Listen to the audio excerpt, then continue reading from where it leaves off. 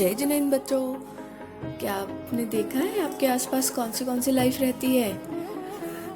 हमारे आसपास कौन कौन से प्राणी रहते हैं, जैसे आदमी है, बर्ड्स है, एनिमल्स है, ट्रीज है, सब अलग अलग है ना। ऐसा क्यों? ऐसा कभी सोचा है आपने? तो चलिए आज हम आपको 4 लाइफ्स के बारे में बताएंगे, ठीक है। इसे कहते हैं 4 गति। पहले बोले गति 4: नरक गति, तिर्यंच गति, मनुष्य गति और देव गति। कोई भी जीव इन चारों गतियों में घूमता रहता है, कभी नरक में, कभी तिर्यंच में, कभी मनुष्य में, तो कभी देव गति में। पहले हम एक स्टोरी सुनेंगे। हमारे 24वें तीर्थंकर कौन से? हमारे 24वें तीर्थंकर पता है? भगवान महावीर स्वामी जी। भगवान महावीर स्वामी उनके पहले जन्म में एक स्ट्रॉन्ग लायन थे। फिर एक बार वह शेर एक डियर को मारकर खाने ही वाला था कि वहां पर 2 मुनिवर आकाश मार्ग से आए। जैसे ही लायन ने मुनिराज को देखा तो लायन शांत हो गया। जैसे कि हम मुनिराज के दर्शन करके अच्छा लगता है ना हमें, वैसे ही लायन भी शांत हो गया उन मुनिराज को देखकर। फिर मुनिराज बहुत शांत भाव से लायन को समझाने लगे कि तुम इतने क्रूएल होकर हिंसा क्यों कर रहे हो। हिंसा करना तो बहुत बड़ा पाप है। हम जब किसी को मारते हैं तो अगले जन्म में हमें भी पनिशमेंट मिलती है और कोई हमें भी मारता है। ऐसे ही तुम यह पाप करते करते कितनी गतियों में घूम चुके हो। मुनिराज ने लायन से कहा, तुम लायन बनने से पहले किंग थे, राजा त्रिप्रष्ट, लेकिन तुमने किंग बनकर भी बहुत पाप किए। फिर तुम्हें नरक गति में जाना पड़ा और वहाँ तुमने बहुत कष्ट, हिंसा सहन करने पड़े।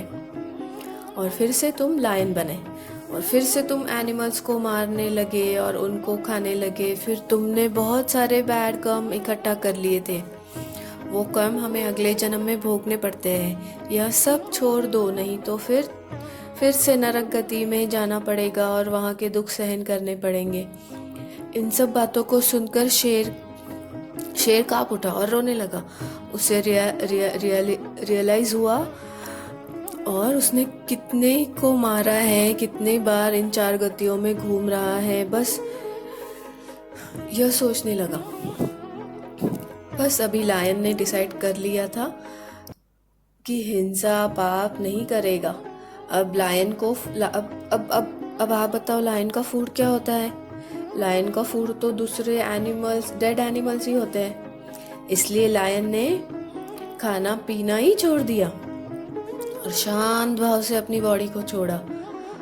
और पता है वो जीव मरकर कहाँ गया? देवगति में। क्यों? क्योंकि उसने हिंसा करना छोड़ दिया था। तो देखा आपने, जब लायन एक राजा त्रिपश था तब वह मनुष्य गति में था। मनुष्य गति में भी उसने बड़े बुरे कर्म किए, हिंसा पाप किया, तो वह कौन सी गति में गया? नरक गति में। नरक गति में से वह तिर्यंच गति में गया। और जब वह लायन ने हिंसा पाप सब त्याग करना छोड़ दिए तो वो कौन सी गति में गया? देव गति में। तो बच्चों देखा आपने, यह भगवान महावीर स्वामी भी 4 गतियों के झमेले से छूट न पाए। वो भी 4 गतियों में घूम रहे थे। पहले मनुष्य गति में राजा त्रिपश के रूप में, फिर तिर्यंच गति में लायन के रूप में, फिर नरक गति में गए, फिर से लायन, फिर से देव गति को प्राप्त किया और फिर